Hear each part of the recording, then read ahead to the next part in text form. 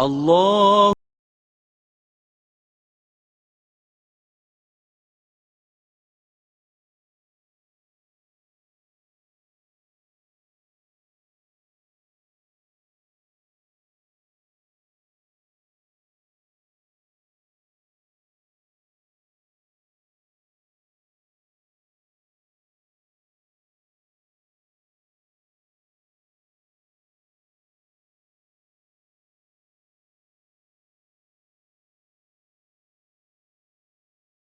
الحمد لله وكفى والصلاة والسلام على عباده الذين اصطفى خصوصا على أفضلهم وخاتم النبيين محمد الأمين وعلى آله وصحبه أجمعين وبعد فأعوذ بالله من الشيطان الرجيم بسم الله الرحمن الرحيم ونزلنا عليك الكتاب تبيانا لكل شيء وهدى ورحمة وبشرى للمسلمين صدق الله العظيم.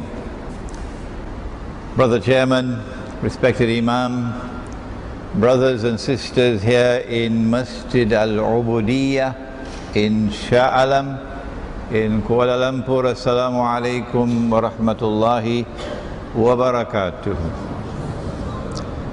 Our topic tonight is not an easy one. So we pray to Allah for His help, for His guidance, and for His blessings as we attempt to address you on the subject, the Shia, the Sunni, and Akhirul Zaman. A follow-up lecture to our previous lecture entitled The Sufi, the Salafi and Akhirul Zaman. These are challenging topics, and I'm happy that you are so interested, that you are here to listen to this topic.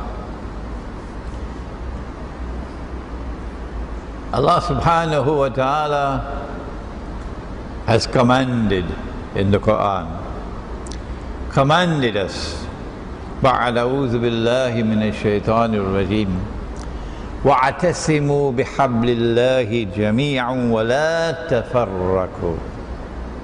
Hold on, all of you. Hold on to the rope of Allah, which is most of all the Quran. Hold on to the rope of Allah and do not be disunited. وَلَا تَفَرَّقُوا. After that command in the Quran, it is going to be interesting to see what happens.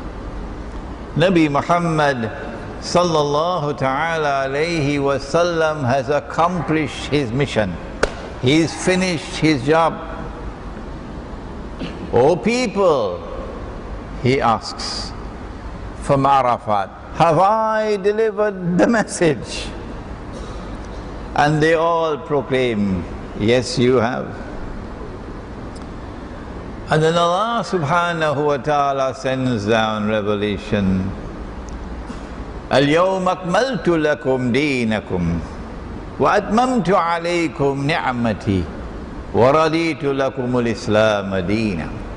And so the job is finished to perfection. And we are a united ummah. Will it survive? Will it survive? We know that Dajjal was released in the lifetime of Nabi Muhammad alayhi salatu wasalam. And we know that he is going to try every single trick in the book to try to break us up into bits and pieces, to disunite us. So let's see what's going to happen. Upon the death of Nabi Muhammad alayhi salatu wasalam,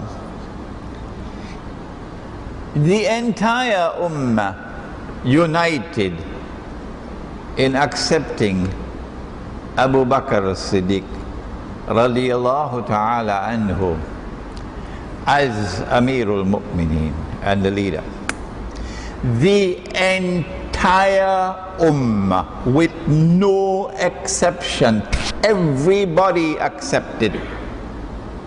And so there was no dissent, and there was no division, and there was only unity. Alhamdulillah. And so we are obeying Allah. وَلَا تَفَرَّقُوا. And then when came the time for his successor, the entire Ummah, with no exception, everybody accepted Umar Farooq radiallahu ta'ala anhu as Amirul Mu'mineen and Khalifa. There was no dissent.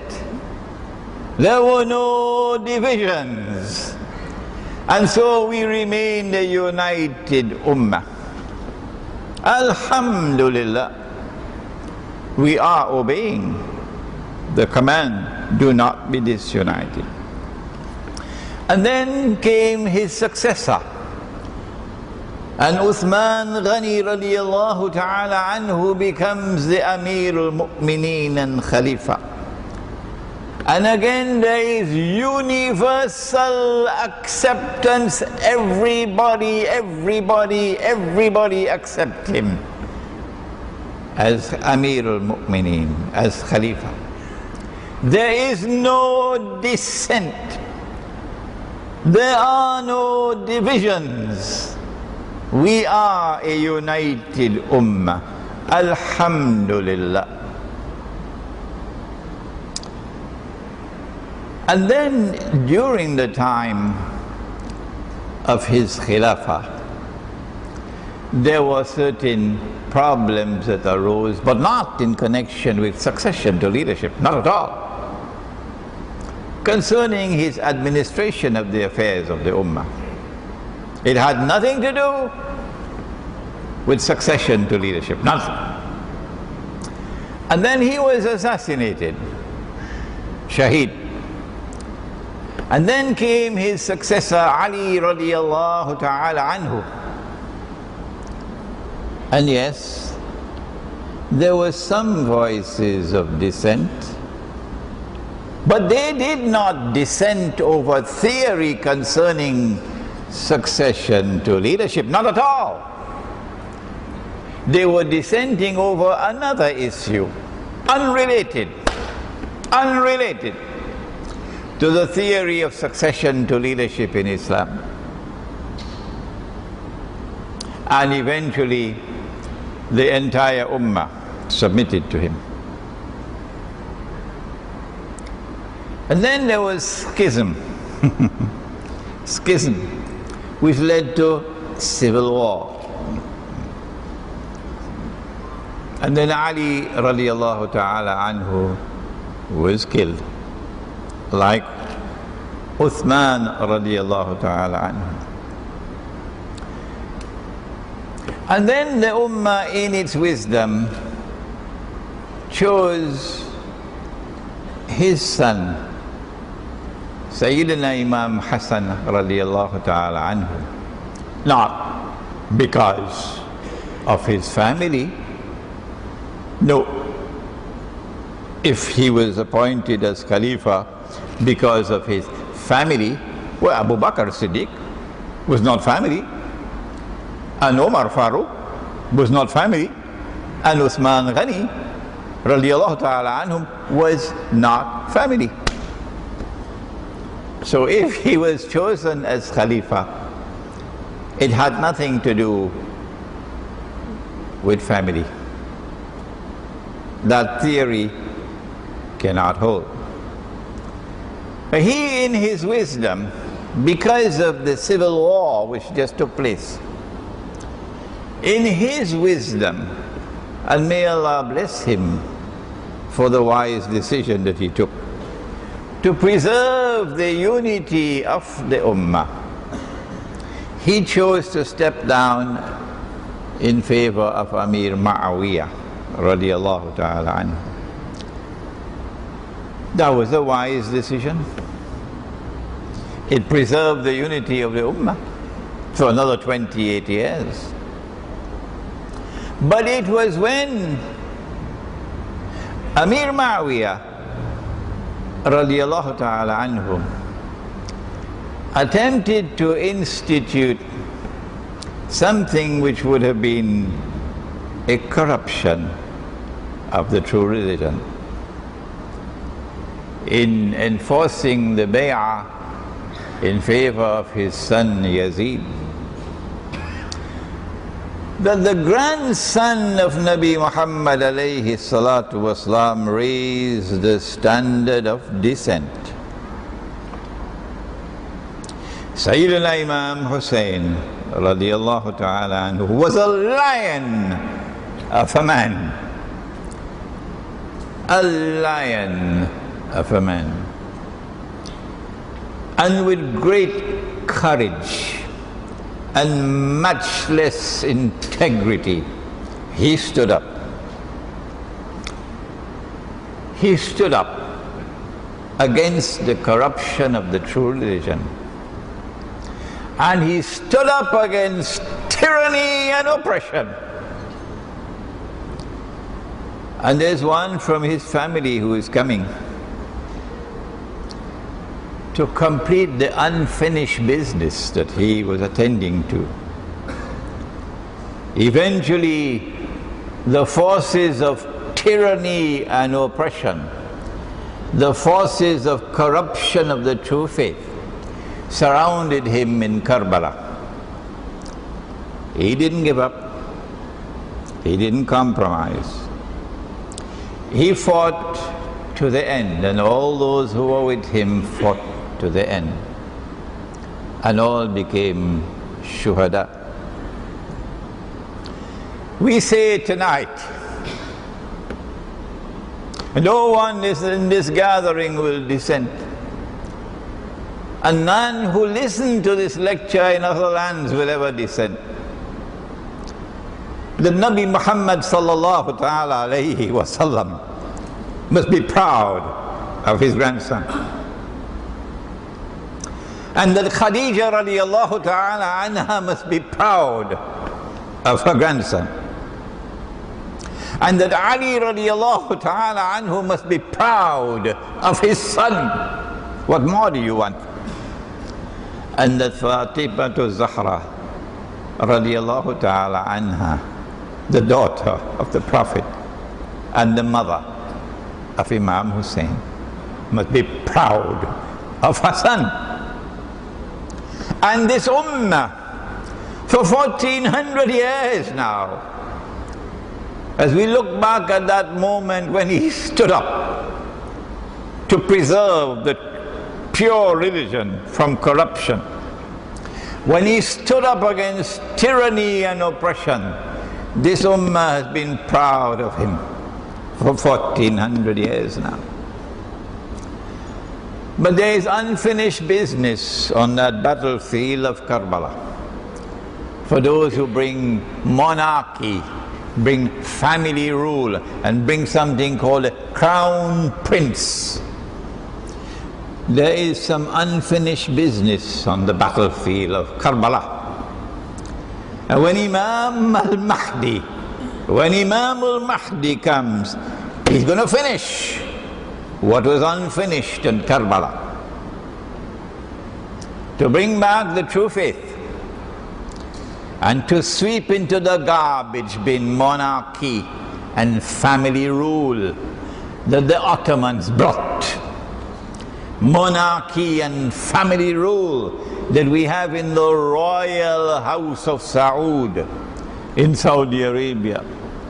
Monarchy and family rule that we have in Qatar, and we have in Dubai, and we have all over the place, and we have in Jordan. It's going into the garbage bin because there's unfinished business left at Karbala. And so this ummah was proud that a movement emerged at Karbala with the assassination, with the martyrdom of Sayyidina Imam Hussein radiallahu ta'ala anhu. A movement emerged a standard of revolt in opposition to counter-revolution, a standard of revolt to preserve the true faith from corruption, a standard of revolt that the head which bows in worship before Allah will not bow before tyranny and oppression. What a wonderful day that was. What a wonderful moment that was when this movement emerged. But then tragedy struck. This movement was never intended to disunite the Ummah. This was never intended to be a sectarian movement. No. It is my opinion, and when I give my opinion, you know, please never accept it. Never accept my opinion unless you are convinced that it is correct. It is my opinion that Dajjal is the mastermind who now corrupted this movement of dissent, this movement against counter-revolution. And this movement now got something called a doctrinal foundation and structure. A strange one. What is it? It said that the entire ummah of Muhammad alayhi salatu wasalam, without exception, were all misguided when they accepted Abu Bakr as-Siddiq radiyallahu ta'ala anhu as Amir al-Mu'mineen. That's strange. And we're going to come back to that. That the entire ummah of Muhammad alayhi salatu wasalam was mistaken and misguided when they accepted Abu Umar Farooq as Amir al-Mu'mineen radiyallahu ta'ala anhu, and Uthman Ghani radiyallahu ta'ala anhu as Amir al-Mu'mineen. This same movement of revolutionary dissent against corruption of the faith now tells us that no, it is Allah who decides who rules over this ummah. And in another word, that it is Muhammad sallallahu ta'ala alayhi wasallam who appointed in his lifetime, appointed his cousin as his successor, Ali radiyallahu ta'ala anhu. And so succession to rule in Islam is by divine order restricted to the family of the Prophet sallallahu ta'ala alayhi wasallam. Family rule. Family rule. Imam Hussein radiallahu ta'ala anhu stood up at Karbala against family rule. And the head which bowed in worship before Allah refused to bow before family rule. And so now we have the beginnings of a sectarian movement. The major matter which divides the Shia from the rest is this new doctrine that the succession to rule in Islam was divinely ordained, was communicated by the Prophet sallallahu ta'ala alayhi wasallam, and was restricted to the family of the Prophet alayhi salatu wasalam.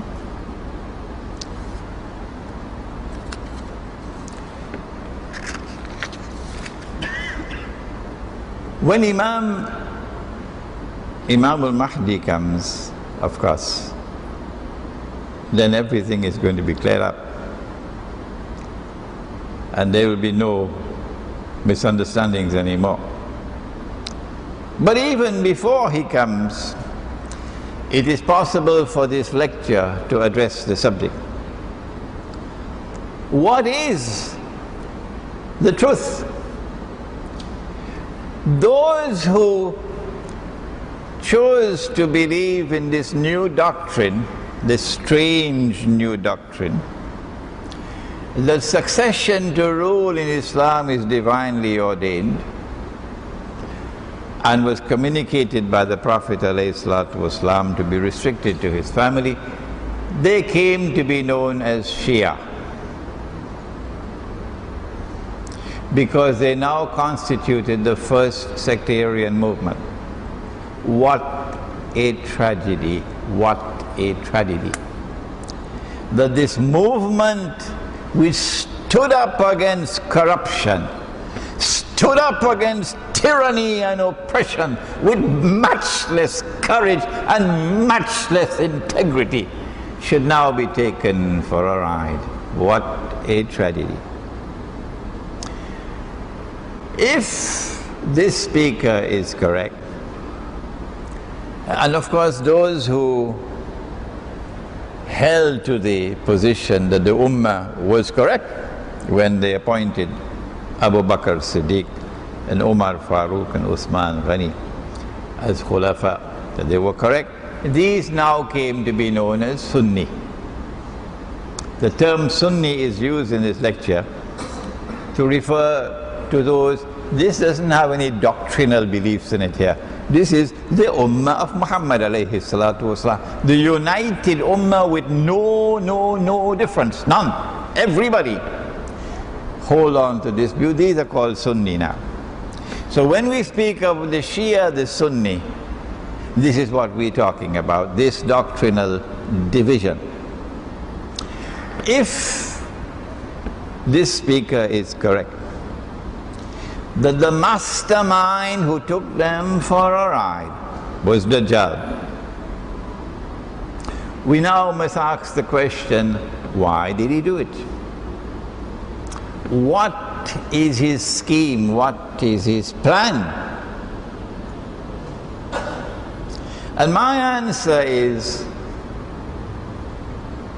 that his ultimate plan is to use this division in the Ummah to his advantage in Akhirul Zaman,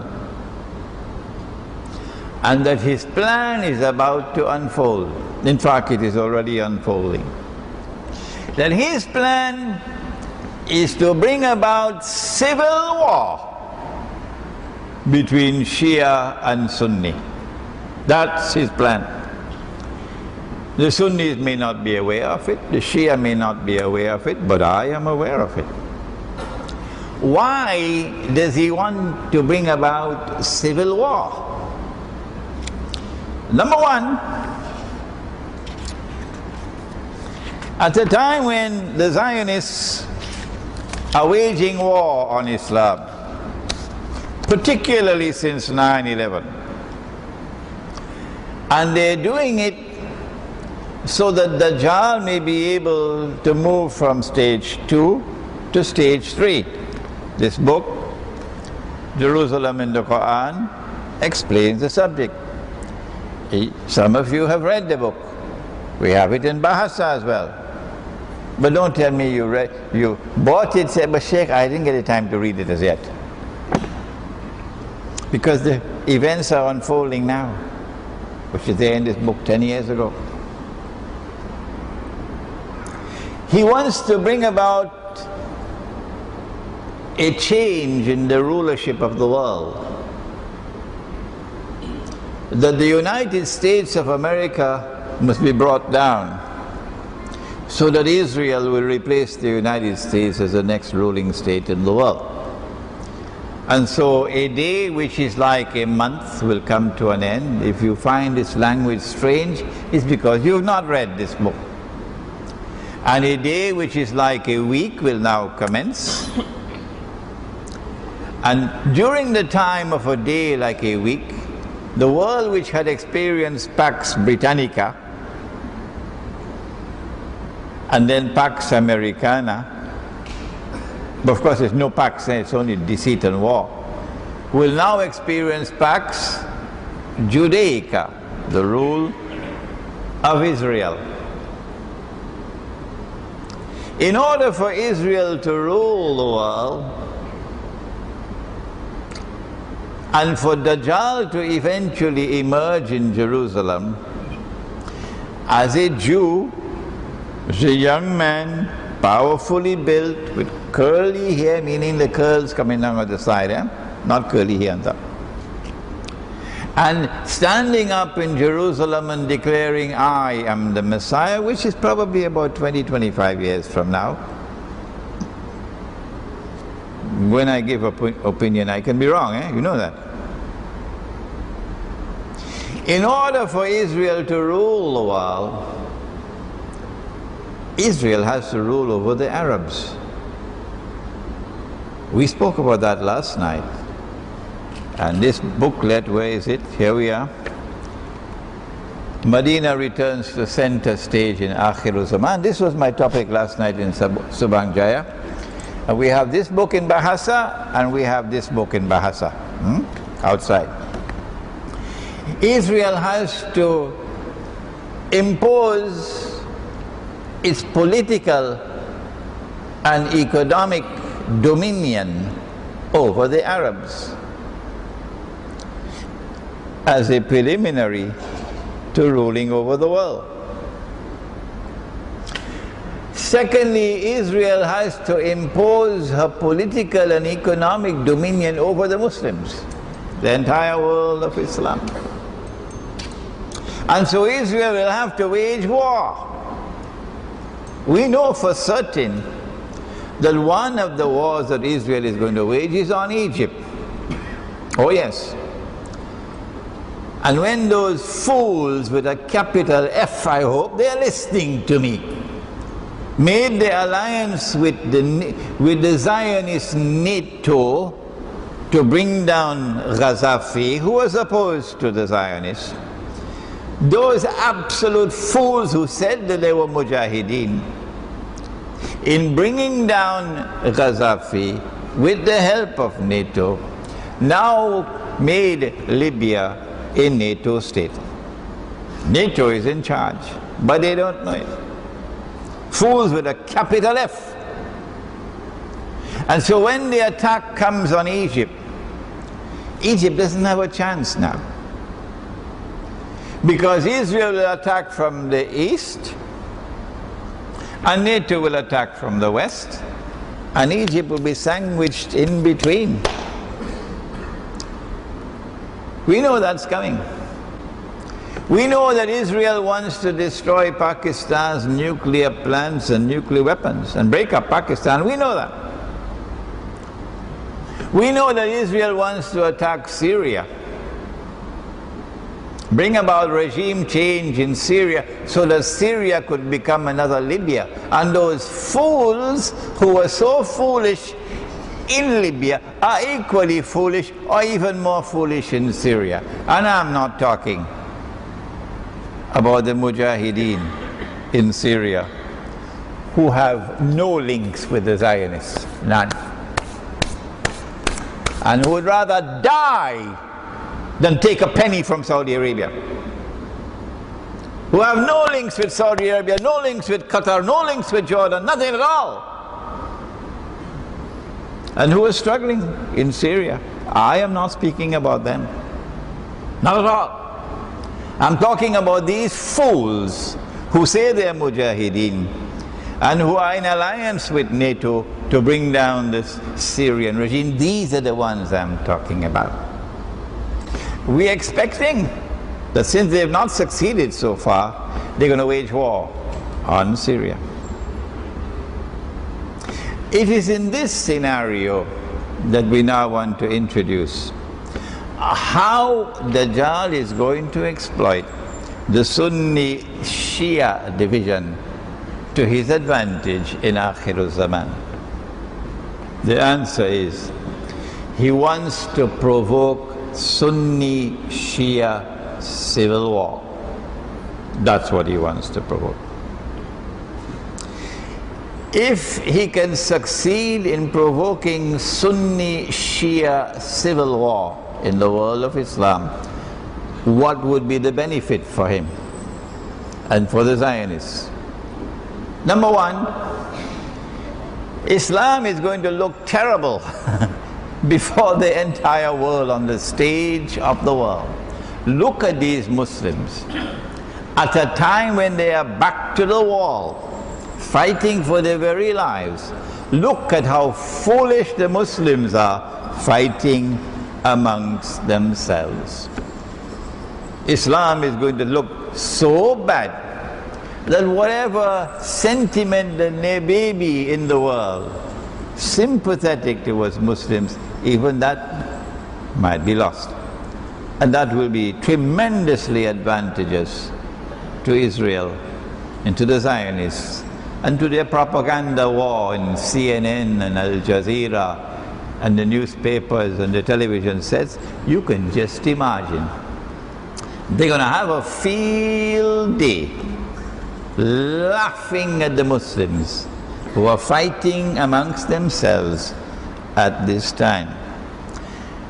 Number two, the Dajjal will consider it advantageous to provoke a Sunni Shia war, because such a war will weaken both the Sunni and the Shia at a time when Sunni and Shia should be trying to build maximum strength and power to resist Israel and to resist the Zionists.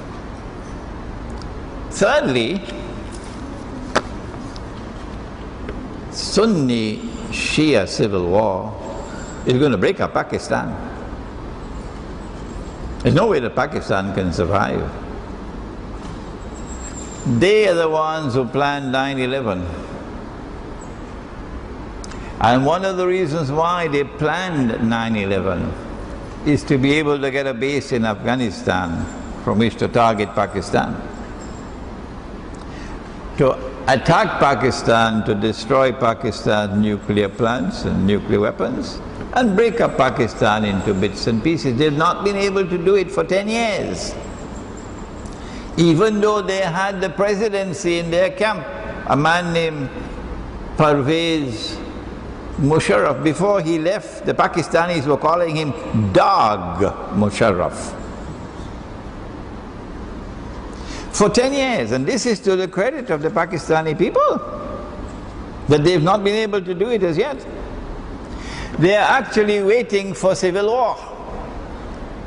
The reason why they have all the drones killing the Pakistani people and even killing the Pakistani soldiers is because they were hoping to provoke civil war in the Pakistan armed forces. But it has not happened so far, because the Pakistanis knew what they wanted and were denied it. But if they succeed in provoking Shia Sunni civil war in the world of Islam, goodbye Pakistan. But there's a fourth reason why Dajjal would like to provoke Sunni Shia civil war. I'm going to restrict myself to these four reasons, but I'm sure tomorrow on YouTube you're going to see so many scholars intervening to give us a 6 and a 7 and an 8 and a 9 reason and so on.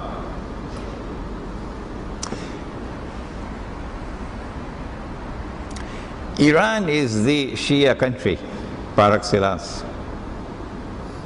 Well, 25 years ago, Iran experienced a spectacular Islamic revolution. I am a student of international relations, and in the language, in the terminology of international relations, we say that that Islamic revolution in Iran was anti-systemic. And so the Zionists were very angry. with the revolution in Iran. It not only threatened the Zionists, it also threatened the family kings and royal houses. Because the Islamic revolution in Iran denounced monarchies among the Arabs, denounced it. The Islamic revolution in Iran also had problems for the Soviet Union, who felt threatened. And as a consequence of the revolution in Iran, the Soviet Union intervened in Afghanistan in December 1979, if I am not wrong. The revolution in Iran has produced a government which has consistently for these last 25 years opposed the Zionists. That's not what they want. Dajjal doesn't want that. Sunni-Shia civil war in Islam, in my opinion, is going to facilitate the effort for regime change in Iran. And so that a regime in Iran which is standing up against Israel and standing up against all the clients of Israel in Saudi Arabia and Qatar and what have you, would be removed. And a new regime would come which will be more authentically Shia, sectarian Shia, and with which Israel might be able to make a deal. That is the biggest advantage of all. Is it possible for us to do something to prevent Sunni-Shia civil war in the world of Islam? The Ottomans have already contributed a lot. The Ottoman, you know, the monarchy, for 600 years, they waged war against the Shia. So Sunni-Shia warfare to fan the flames of hatred. And today the drum beating is taking place. When I use the term Protestant Islam, by now you all know what I mean by Protestant Islam.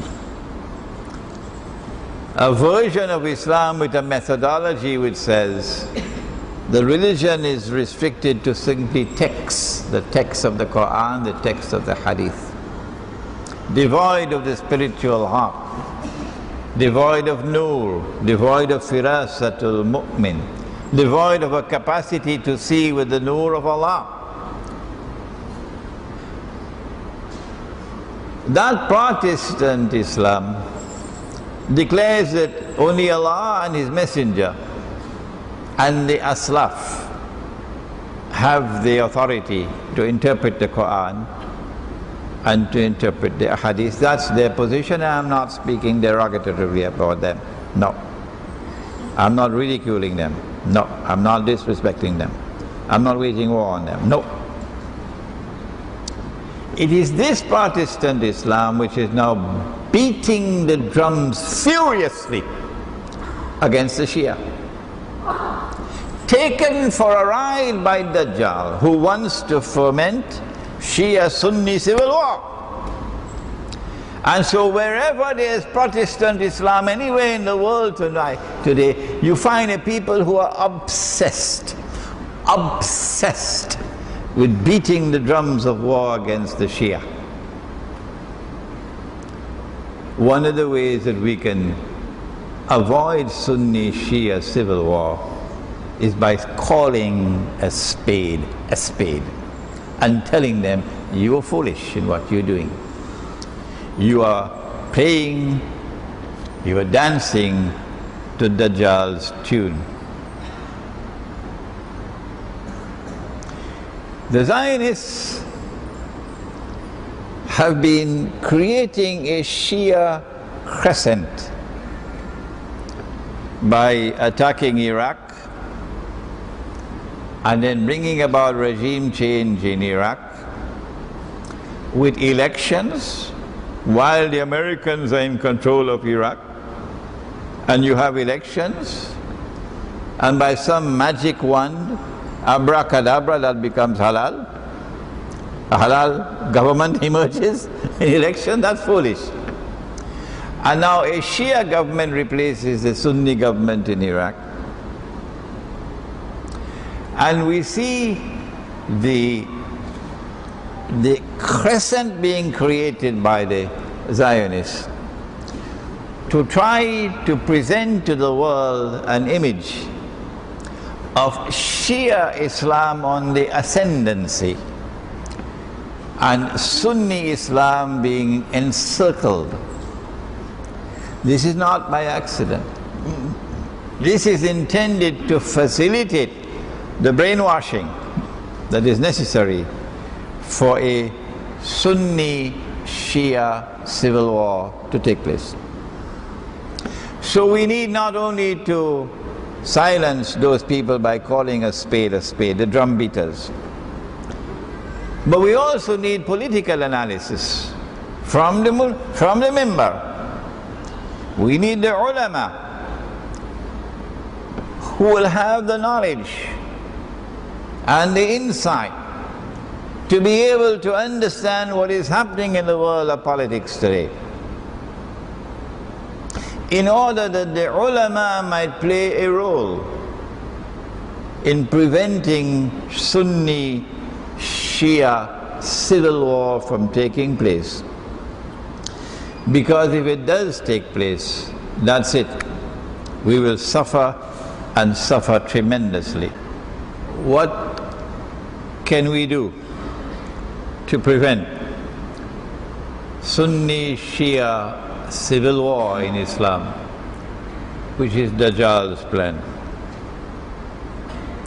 and which, if it does occur, will bring catastrophe after catastrophe on this ummah. Pakistan won't survive. I said, number one, call a spade a spade.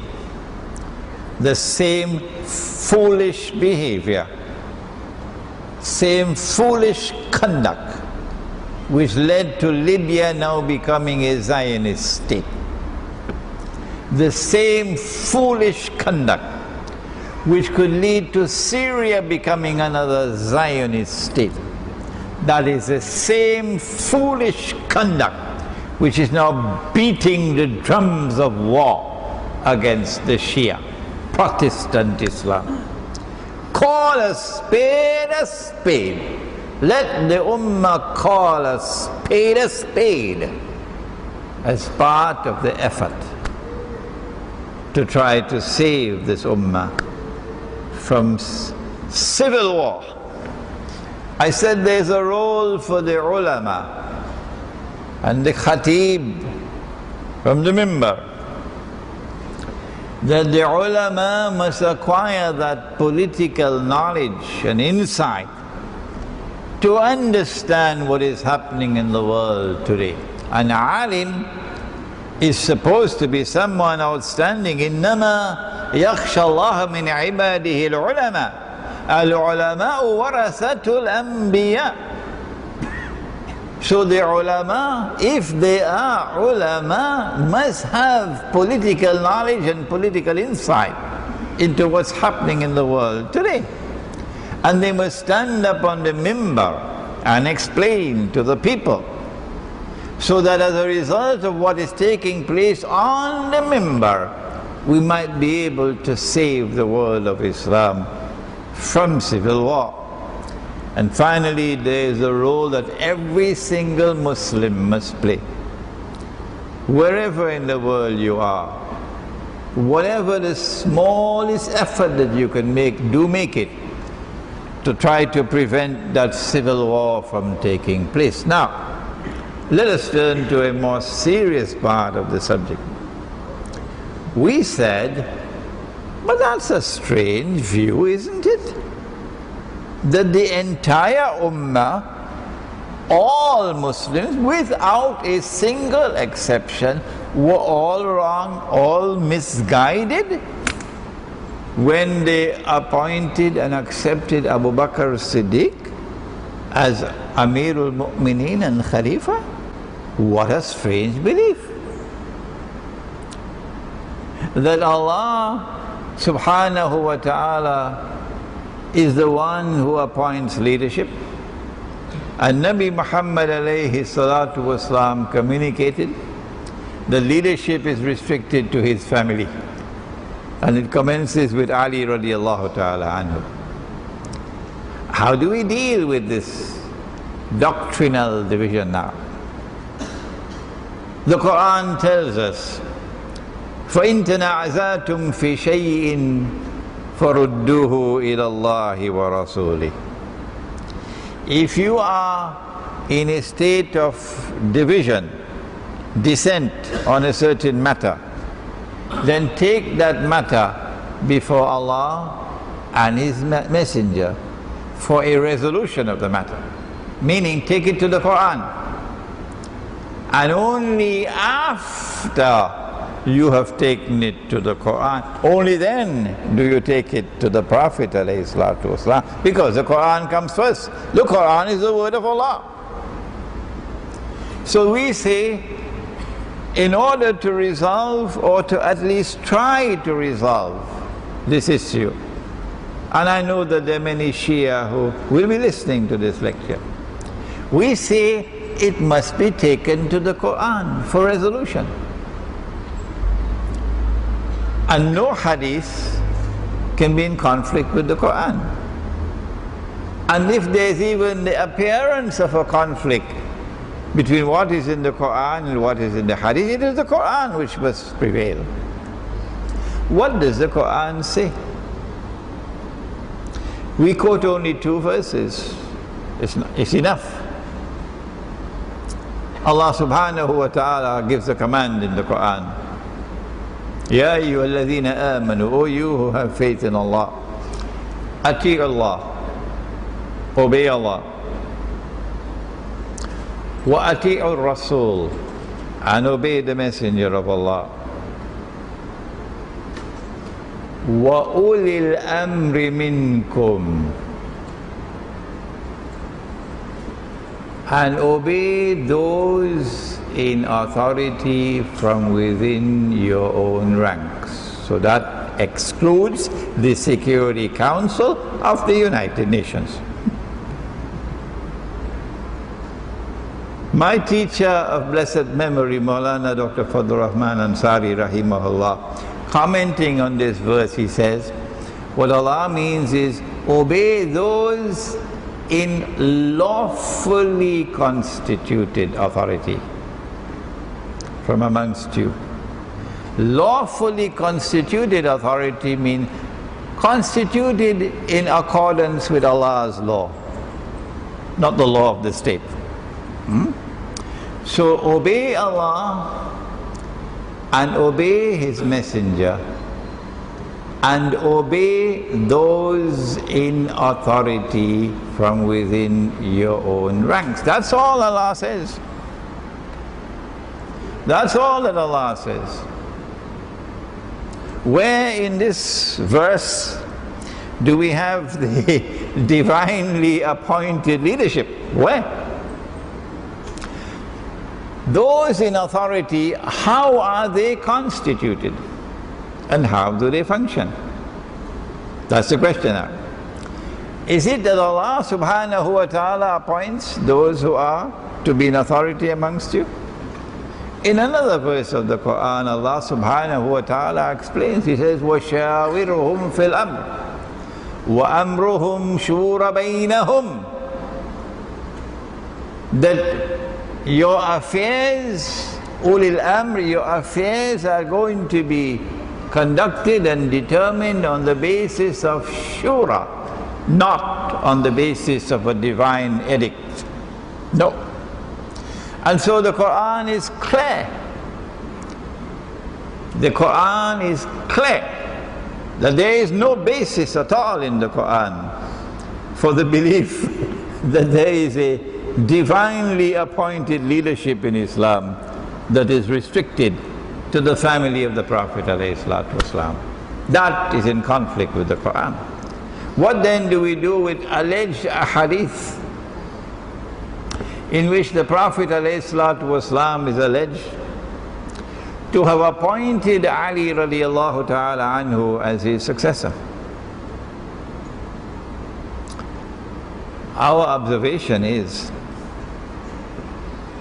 that it is a massive vote of no confidence in the Prophet ﷺ. وَنَعُوذُ بِاللَّهِ مِنْ هَذَا. You're making him look as the worst possible leader that has ever been on the face of the earth. That he should declare, I have finished my work, I have completed my mission. And then as soon as he dies, every single Muslim disobeys him. Every single Muslim without exception, all of his companions disobey him by disregarding his alleged command that Ali radiallahu ta'ala anhu must be my successor. It is clear that Nabi Muhammad alayhi salatu wasalam never gave such a command, never gave such an appointment. Not only because of what is in the Quran, because it would have violated the Quran, but also because the Ummah spoke. Nobody knew about that command. And so it's a little bit late in the day to try to bring in a new doctrine which is not in conformity with the Quran and which would constitute a violent vote of no confidence in Nabi Muhammad alayhi salatu wasalam. Before we end, there is another issue which stands between the Sunni and the Shia. And it is an issue which can unite the Sunni and the Shia. And that is the Sunni belief in the advent of Imam al-Mahdi. And the Shia most certainly believe in the advent of Imam al-Mahdi. We said to them some time ago that Imam al-Mahdi would not be a Shia, meaning would not be someone who holds on to this belief that leadership in Islam is divinely ordained and is restricted to the family of the Prophet ﷺ. He will not be a Shia in that sense. But in another sense, he will be taking up what was left over in Karbala. Oh yes. And all the forces of oppression, and all the forces of tyranny, and all the forces of corruption of the faith, by bringing family rule and crown prince and king and so on, will all be running on that day, running for their life when Imam al-Mahdi comes. Because he's going to run them out of town. Oh yes. In that sense, Imam al-Mahdi would be in harmony with the movement that emerged from Karbala.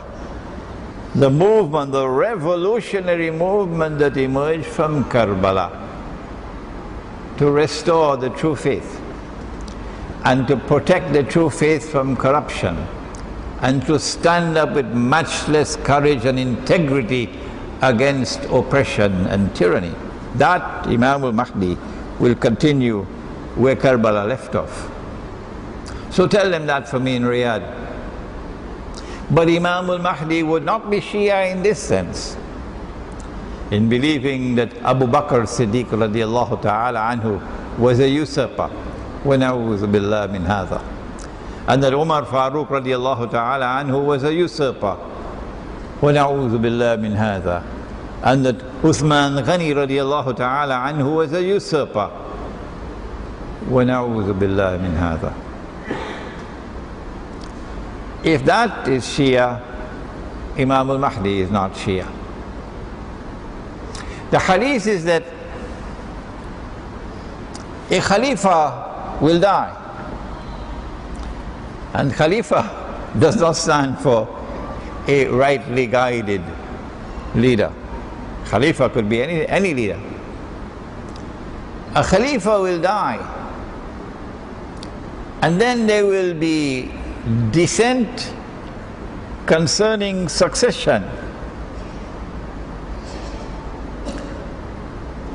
My opinion, of course, it's a Saudi king who's going to die. And they have 5,000 Saudi princes all lining up to fight for succession. And while that dissension is taking place in respect of succession after that Khalifa dies, then this man is going to come out of Medina and hurry to Mecca. He will have to be someone well known. Of course, he's an Arab, not an Indonesian. He speaks Arabic, not Bahasa Indonesia. He's going to hurry to Mecca. And when he arrives in Mecca, the people of Mecca are going to come out to him to urge him and to force him to accept the bay'ah at the Kaaba. This is not your normal Saudi. No. This has to be those Saudis who recognize the corruption in the regime and whose hearts long for the true Islam that will stand up to the Zionists. Saudi Arabia is now a Zionist state, the American kingdom of Saudi Arabia. These people are going to come out to him to urge him and force him to accept the bay'ah. And he will accept the bay'ah at the Kaaba. I made the observation, and let me repeat it again, but say it slowly this time because some people don't hear properly. I said that Mecca has never been a Shia city. Did I say that there are no Shia in Saudi Arabia? Huh? I said Mecca has never been a Shia city. Is this true or is it false? I said that I do not anticipate Mecca becoming a Shia city. No.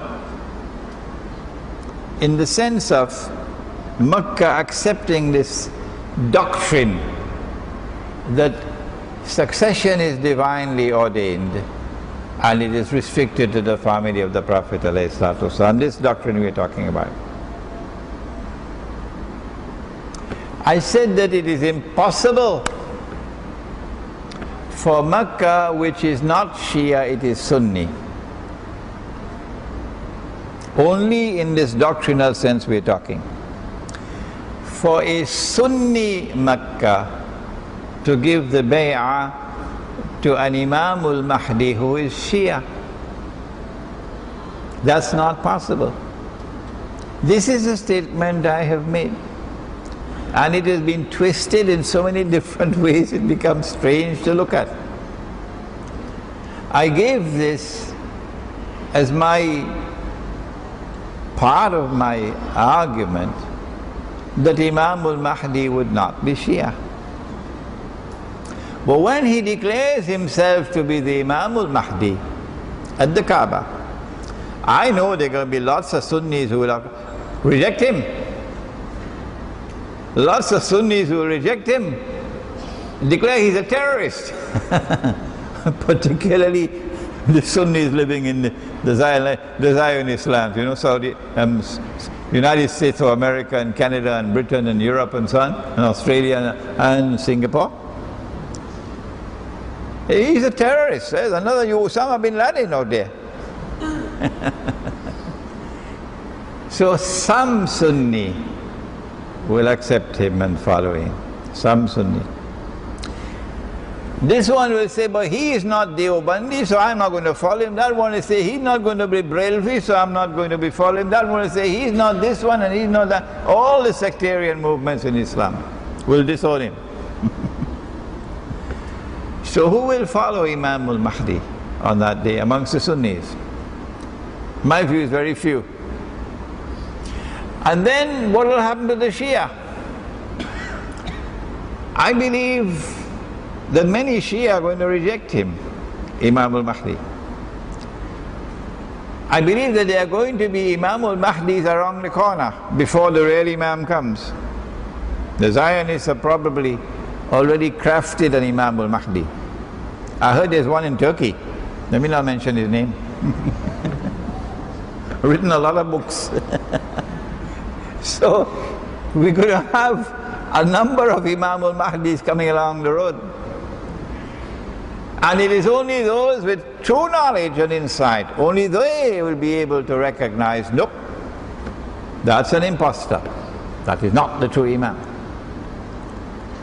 And I fear for the Shia, who I consider to be Muslims and therefore my brothers, that many of them are going to be taken for a ride by someone who's going to be an impostor coming along tomorrow and declaring, I'm Imam al-Mahdi. When will Imam al-Mahdi come? The answer is in Sahih Bukhari.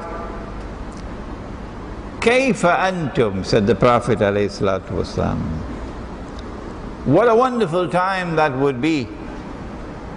إِذَا نَزَلَ عَلَيْكُمْ نُ مَرْيَمْ, when the son of Mary will descend amongst you.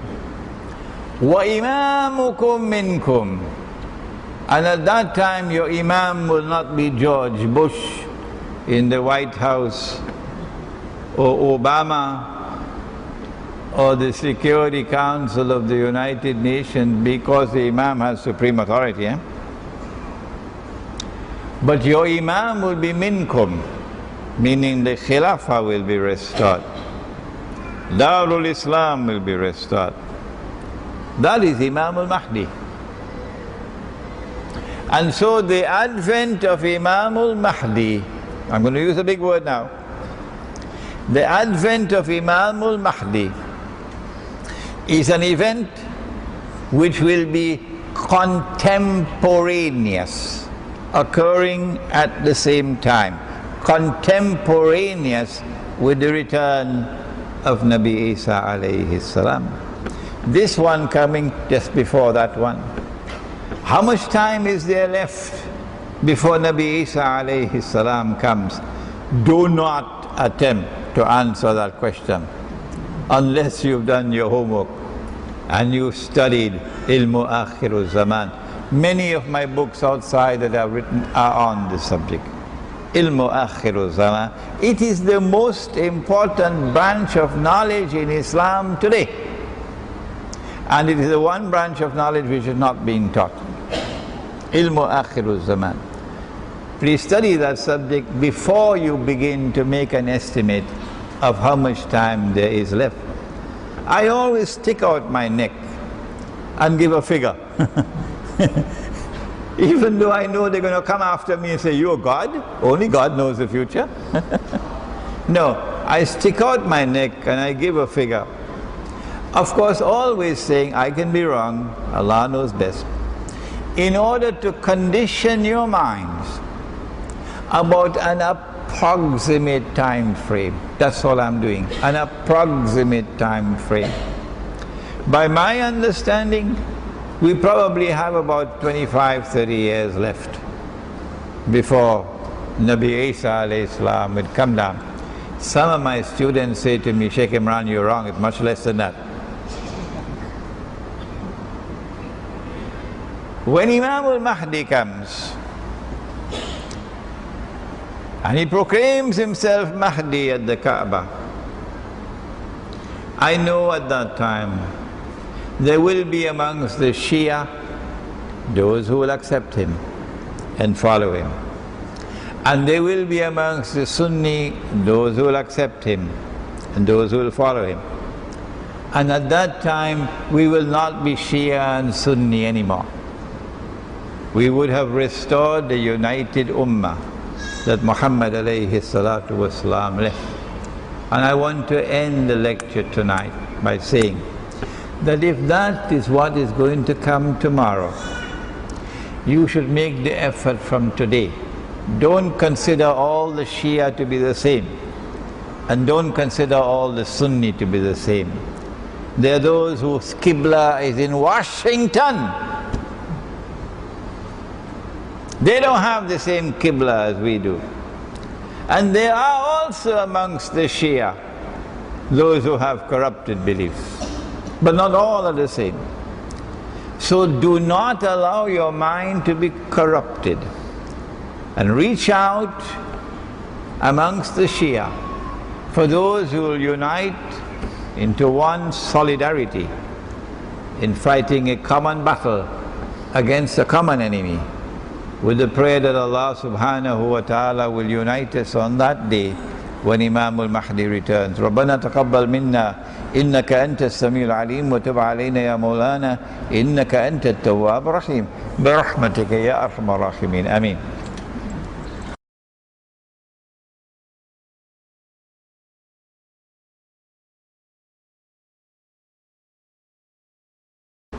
I am going to give you my view, but be warned that I can be wrong.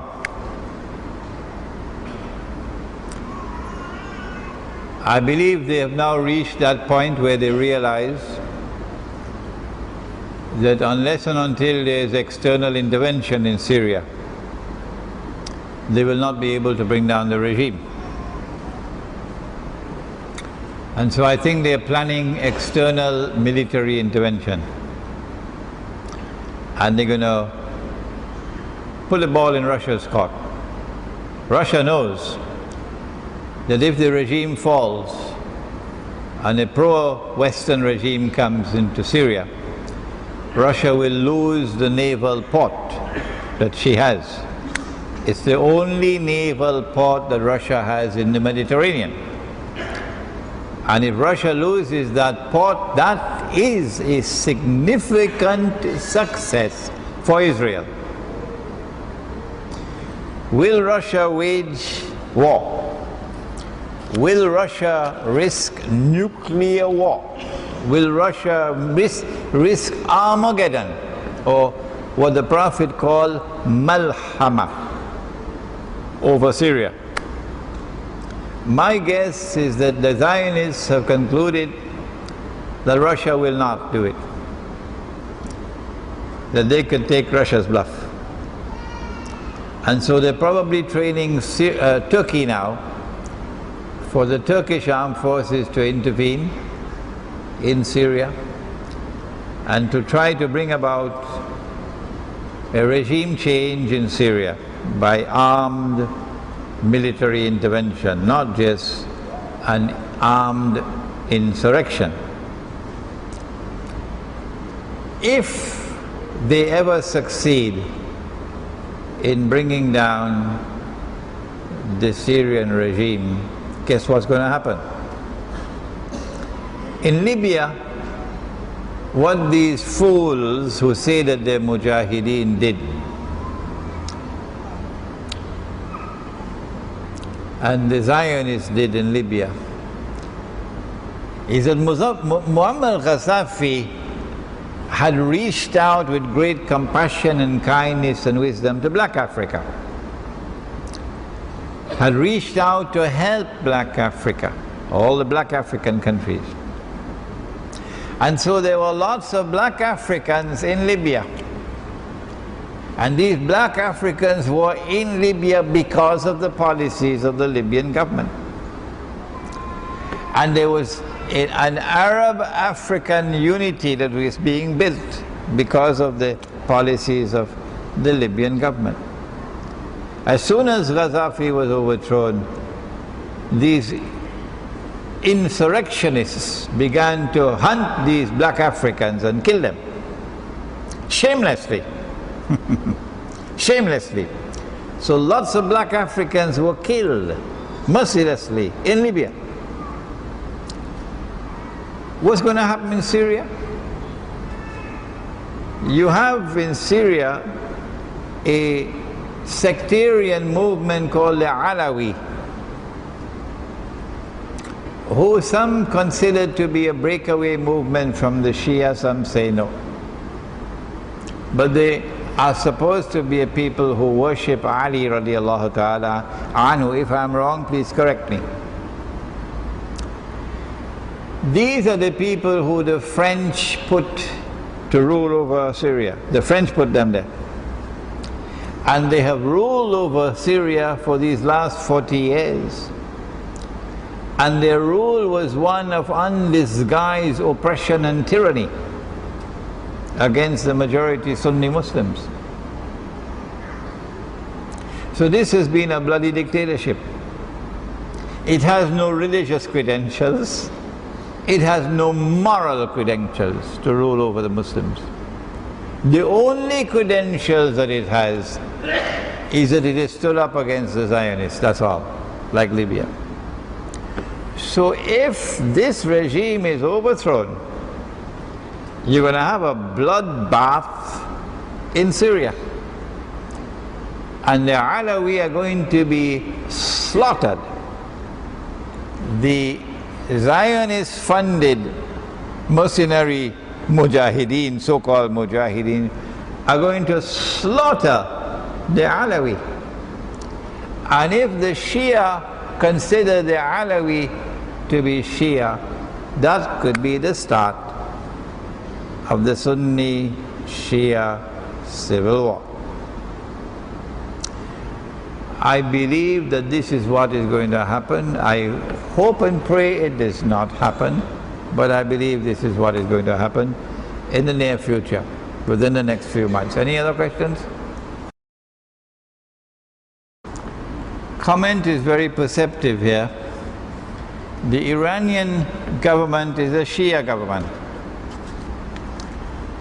But when Imam Khomeini, rahimahullah, succeeded in the revolution in Iran, Imam Khomeini reached out to the leadership of the Sunni world. He wrote, for example, a letter to Maulana Maududi, rahimahullah, in Pakistan, seeking to build a bridge of Shia-Sunni unity. That was Imam Khomeini, rahimahullah. So the revolution that came to Iran was not a sectarian Shia revolution. It was more of an Islamic revolution than it was a Shia revolution. And this government in Iran, that the Protestant Muslims are now beating the drums furiously for war on Iran, this government has established or is establishing an alliance with Russia.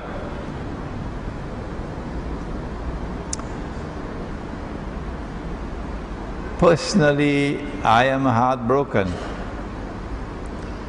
because although I believe that the prophecy of Nabi Muhammad ﷺ will be fulfilled and Muslims will make an alliance with Rome,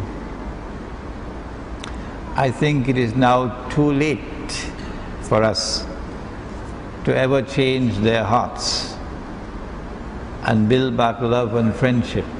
No. So it will be an alliance of convenience. But the hatred for Islam and the hatred for Muslims in Eastern Europe and in Russia, because of 600 years of Ottoman Islamic butchery, that hatred is so great that I don't think it can be changed now. I feel sad to say so. There is a lecture coming up on alliance with Rome. But it is to Iran's credit that Iran is establishing an alliance with Rome. It is to Pakistan's credit that the people of Pakistan have put sufficient pressure on the government and the armed forces who every Sunday morning like to fly first class to Washington, that now Pakistan, late in the day, is now attempting to build closer ties with Russia.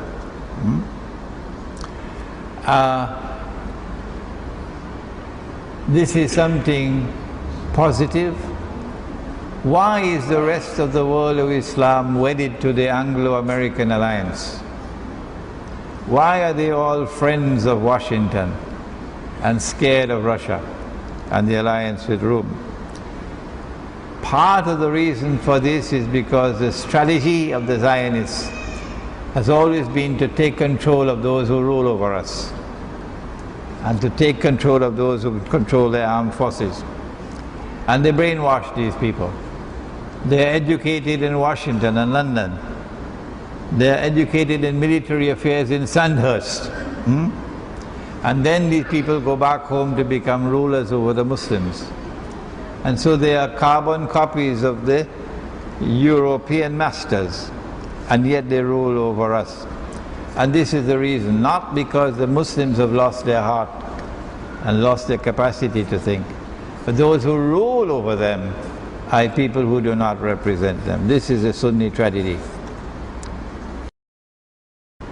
What is my response to the modernization of the holy city of Mecca?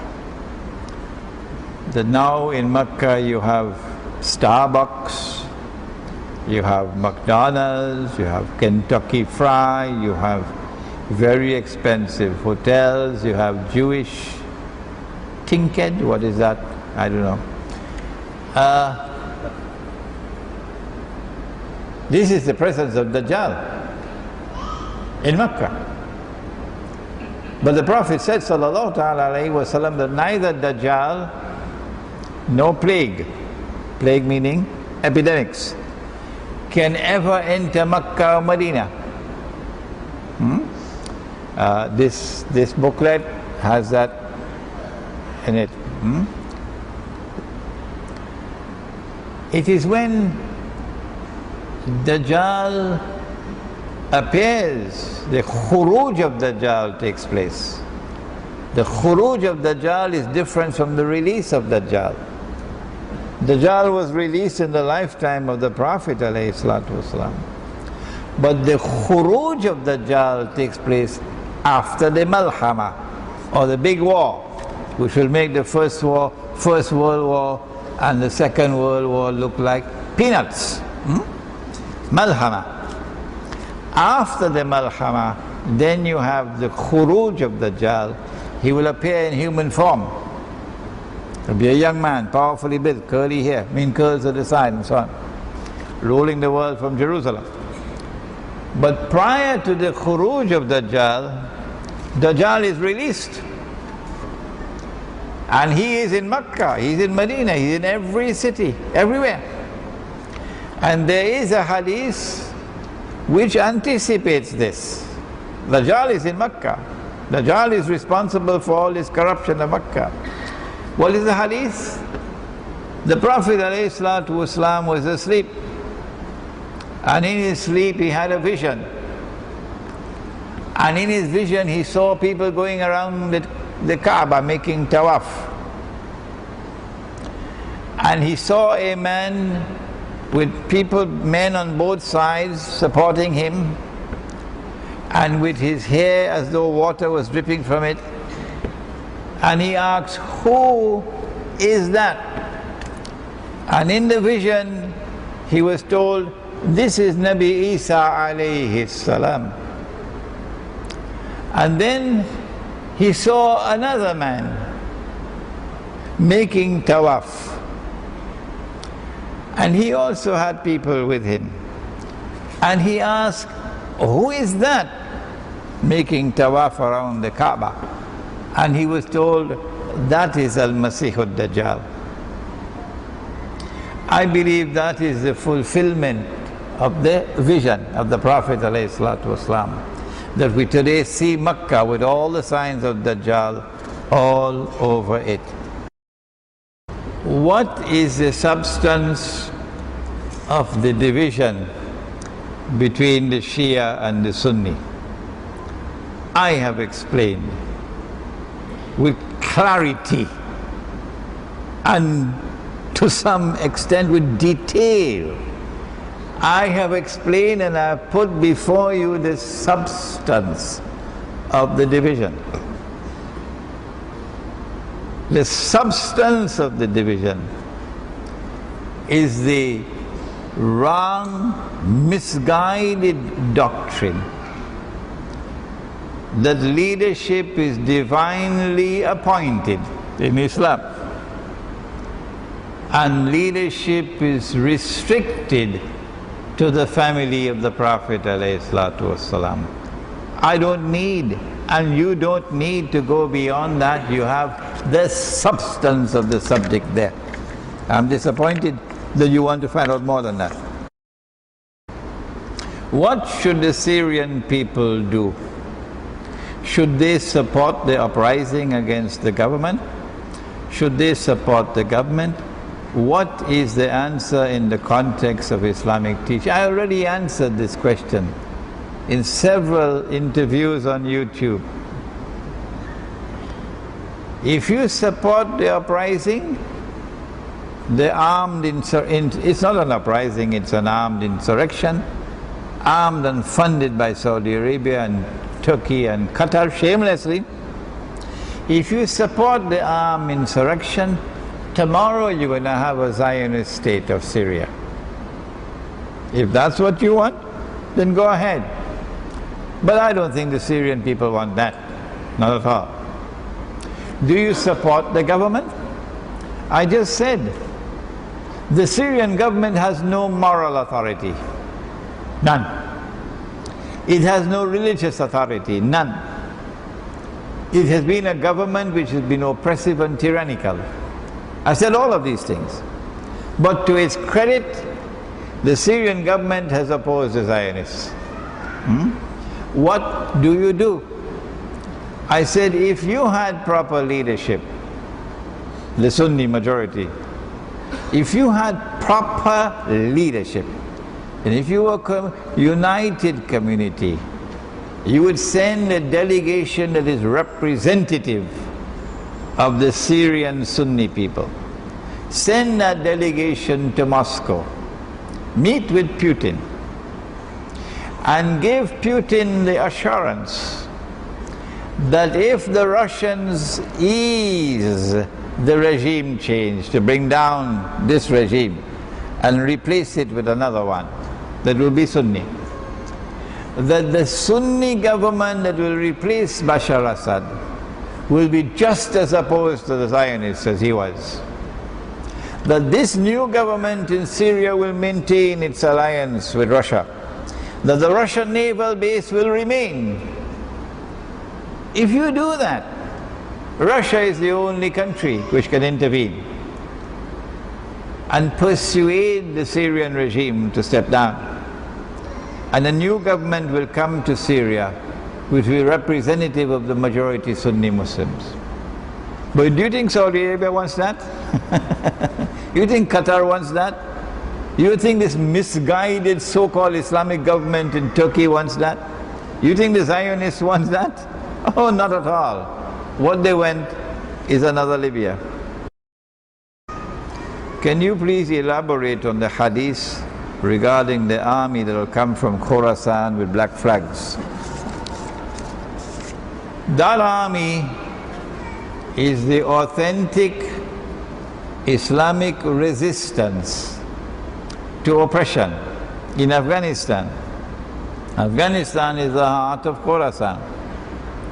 That army has already started, and that army has displayed over the last 10 years a capacity to fight NATO, and NATO cannot defeat them for 10 years. It is only when Dajjal is killed and Gog and Magog are destroyed.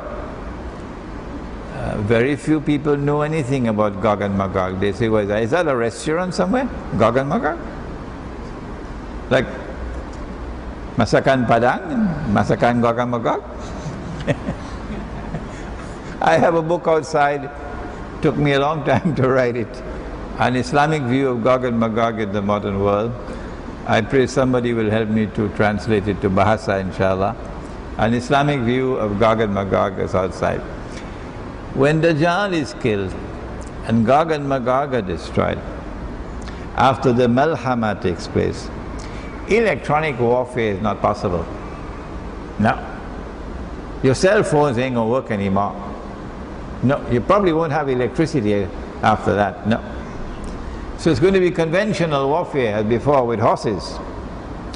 It is at that time the Prophet said ﷺ, that the army will now be unstoppable from Khorasan, marching in a straight line, liberating every territory in a straight line until it reaches Elia, the Roman name for Jerusalem. And at that time when they reach Elia, then said the Prophet ﷺ, لَتُقَاتِلُنَّ الْيَهُودِ, the hadith is in Sahih Bukhari, Sahih Muslim, you'll most certainly fight the Jews. Not all Jews. No, that's lazy scholarship. We don't want lazy scholars. No, not all Jews. لَتُقَاتِلُنَّ الْيَهُودِ, you will most certainly fight the Jews. Which Jews? The Jews who are oppressors. Not the Jews who are standing with us and resisting oppression. There's a Jewish scholar in London who has been interviewing me on Skype. He's Jewish. لَتُقَاتِلُنَّ الْيَهُودِ وَلَتَقْتُلُنَّهُمْ, and you will defeat them. حَتَّى يَقُولُ الْحَجَرَ, at that time even the stones will speak. Ya Muslim, هَذَا يَهُودِيٌّ وَرَائِي, there's a Jew hiding behind me. فَتَعَالَ فَقْتُلْ, so come and kill him. This is the army that will come from Khorasan. I don't think there are going to be any men in that army. Now don't be annoyed with me. If you're annoyed, at least be good friends after the lecture is over, okay? I don't think there are going to be any mujahideen in that army without beards. No. I think every single one of them in that army will have a beard. And I'm not talking about the Saudi apology for a beard. No, I'm talking about a beard which is the Sunnah, that beard. I don't think anybody in that army is going to be wearing black suits and bow ties. No, that army is going to be comprised of people wearing ethnic clothing. Ethnic clothing. You know, sometimes in KL, I'm the only one wearing a sarong. Yeah. So I asked, where are the Malay? Nobody is wearing a sarong. That army will have people wearing ethnic clothing. I don't think they'll be eating with knife and fork. No, that army will come from Khorasan, who will be eating the Sunnah way. Allah gave us knife and fork here. But mashallah, the Malay like to eat with their fingers. I'd like to ask you pertaining the Illuminati, is it existing? Have you given any thought regarding Israel's Zionist agenda? Is it the same thing as two different things? Are these the two movement forces, rival of Dajjal? I am not an expert in the field of the occult and the secret movements, the Illuminati and Freemasonry and so on. But we have a seminar which has been organized for the 1st of September and for the 2nd of September. I think there's a flyer outside, please get it. On September the 1st, I will lead a seminar on an introduction to Islamic eschatology, all-day seminar. But on September 2nd, Dr. Omar Zaid, who is the expert in that field, he will lead the seminar on the occult, Illuminati, Freemasonry, etc. So do please come and attend that seminar. Why do you choose Malaysia to propagate the knowledge of Akhirul Zaman compared to other places? Do you see any significance in this country in the events? Well, first of all, I have been visiting Malaysia for the last 22 years.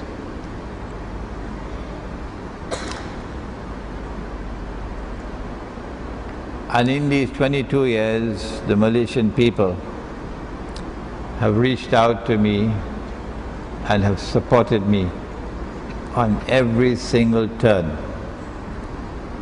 So many of them have become my students. I always publish or print my books in Malaysia. I could print them cheaper in Pakistan, in Bangladesh, in Indonesia, in China, cheaper. But I have chosen to print my books in Malaysia, even though it's more expensive, because of the quality of the work I get and because the people who are helping me are all here in Malaysia. Can you explain the importance of Al-Ihsan knowledge for the subject of Akhirul Zaman? There's a lecture of mine delivered last week, I believe, on Khidir alayhi salam and Akhirul Zaman. So the answer to your question is in that lecture. You get it on YouTube, in the internet, on my website.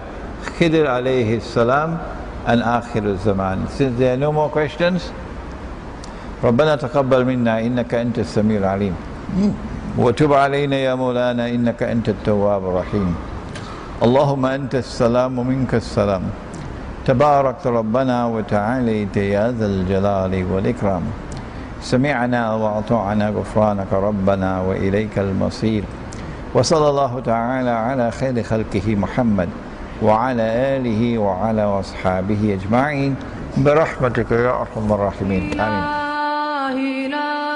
لست للفردوس أعلى ولا أقوى على نار الجحيم الله فهب لي التوبة واغفر ذنوبي فإنك غافر الذنب العظيم إلهي لست للفردوس أعلى ولا أقوى على نار الجحيم الله فهب لي توبة واغفر ذنوبي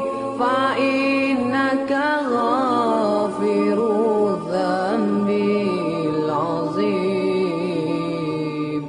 Tuhanku aku tidak layak untuk syurgamu tetapi aku tidak pula sanggup menanggung siksa nerakamu dari itu kurniakanlah ampunan kepadaku ampunkanlah dosaku sesungguhnya engkaulah pengampun dosa-dosa besar Tuhanku aku tidak layak untuk syurgamu tetapi aku tidak pula sanggup menanggung siksa nerakamu dari itu kurniakanlah ampunan kepadaku ampunkanlah dosaku